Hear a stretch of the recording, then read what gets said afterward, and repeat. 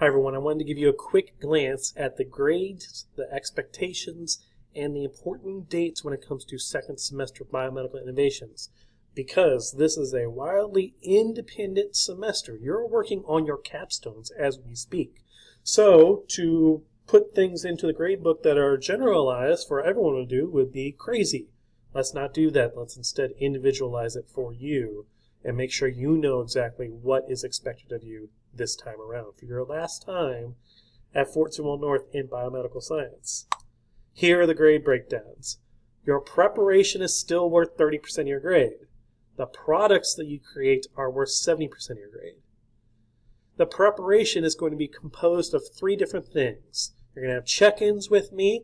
This would be check-ins that you schedule to show me progress on your project, whether you've finished making all the solutions or you've constructed your model, or you've taken a bunch of data, or you've written a part of your poster, whatever it may be. 5 times we're going to put something into the grade book just for checking in with me. You'll also be required to watch some Edpuzzles, because it would be very bad of me to start giving you guys information about how to write a poster or how to prepare for your presentation or things you can do to write your paper and expect all of you to do it at the same time when maybe one person has a bunch of test subjects coming in to work with them to get data, or another person is collecting data from one of their model organisms that has a bunch of culturing to do. I'm not going to stop class just to give you guys information. No, we're putting them in Edpuzzles just like we always do. So be sure, if you're one of those people that sucks at following my progress trackers, that you highlight those dates that those Edpuzzles are due. You'll also finally want to have a draft of your poster due at, I have dates on the next slide, we'll go over that, but that draft will give me the ability to provide you feedback going into this scholarship competition so you have the best chance of winning those scholarships.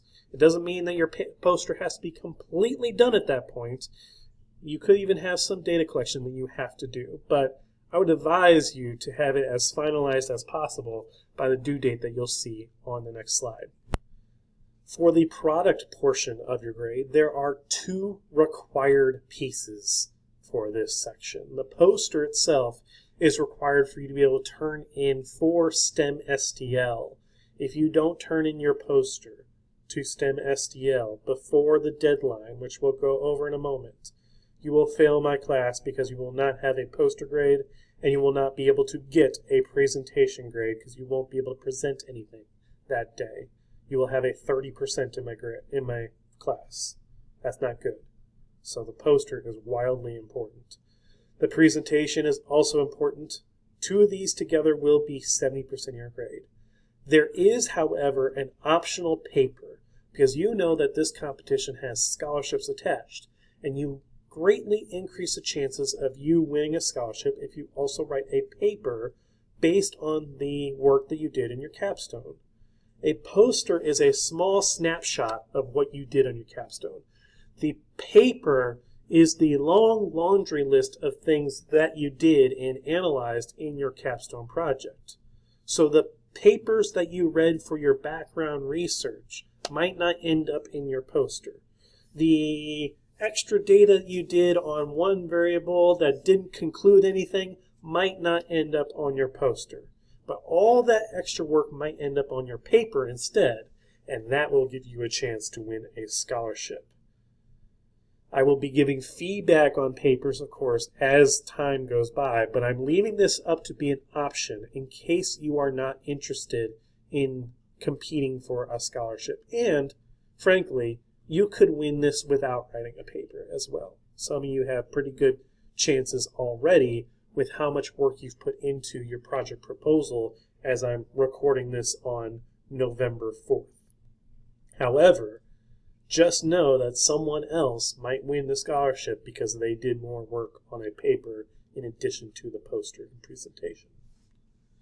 Now for those dates. In January, you're going to begin your capstone if you haven't done so already.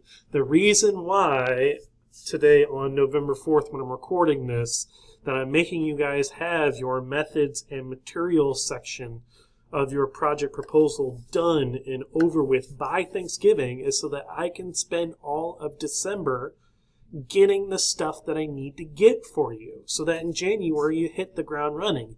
If we're sitting around and waiting for your materials in the middle of January, then you are wasting valuable time. We do not have school on the 19th as Martin Luther King Jr. Day, and you should have at least one check-in done in the month of January. You can have 2 if you like, but probably not 3. Just make sure you have at least 1. In February, you will continue working on your capstone. You will also be invited to start working on your poster. This is because during the time that you have downtime, whether it's you're waiting for your samples to congeal or you have done your cultures and you're waiting for your model organisms to have a result that you can read, somewhere along the lines you need to have something to do in your downtime, and that's the poster itself. So you are ready to present it later on. The 16th, we do not have school. And you should have at least 3 check-ins done by the end of February. You can have 4 if you like. You should not have less than 3.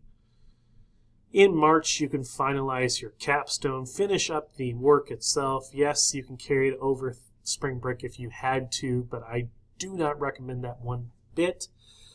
And you should finish a poster draft so that you have as much feedback from me as possible. And this should be the month that you have your last check-in. So the majority of your work in my class, when it comes to individual assignments in the preparation category, should be done by March. In fact, I'm going to make a date, the poster draft due, on March 20th. That is the Friday before spring break. And I know you're going to have a bunch of exams that week, so please do not put this on the back burner. If you get your poster done earlier, or at least most of the parts waiting for the final analysis, then, yeah, get some feedback on it and get that grade for your poster draft. The month where we have the most hectic energy, the chaos that we have, is going to be April. You come back from spring break on March 30th, and that whole week, plus the week after, which you only have 3 days in, so a total of 7 days with me from March 30th through April 10th, you are going to be finalizing your poster. The poster is due April 12th to STEM STL. They have a special submission website that requires you to do some things on your own without me to submit your work, which means that your work is technically due to them, not to me, by April 12th, a Sunday. Now, I am not going to be sitting by my computer on standby to work through your technical difficulties on April 12th. I have a life, so do you. Do not wait until April 12th to submit your poster on STEM STL. Instead, maybe let's treat April 3rd as our finalized poster date, and then use the 8th, 9th, and 10th, the week after that you see me, to be able to submit that poster online in the proper way. What do I know? I'm just a really smart teacher. We will additionally practice our presentation skills on the 16th. We'll meet in the library and work with engineering students to present our work to faculty here and district admin at the admin building. They'll come over and they'll work with us. And the actual showcase is scheduled currently, as of today, to be on April 24th. That is a Friday, the last Friday of the month. And we'll be going, as of now, the plan is to go to the Post, which is the old Post-Dispatch building downtown St. Louis.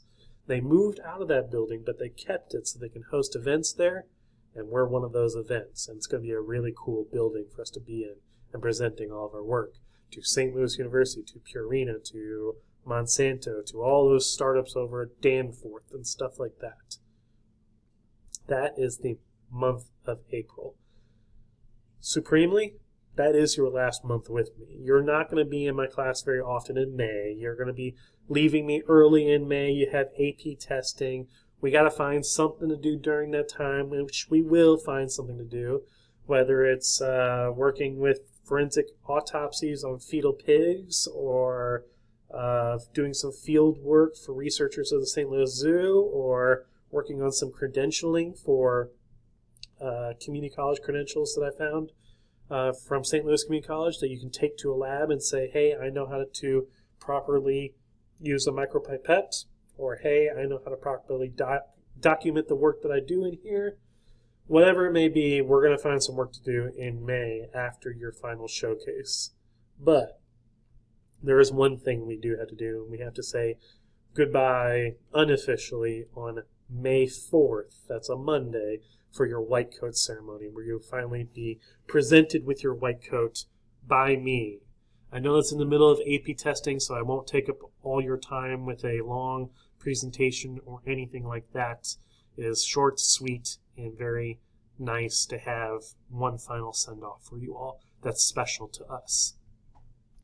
That is the semester at a glance. If you have questions, please let me know. Good luck, be smart, write this down in your calendar.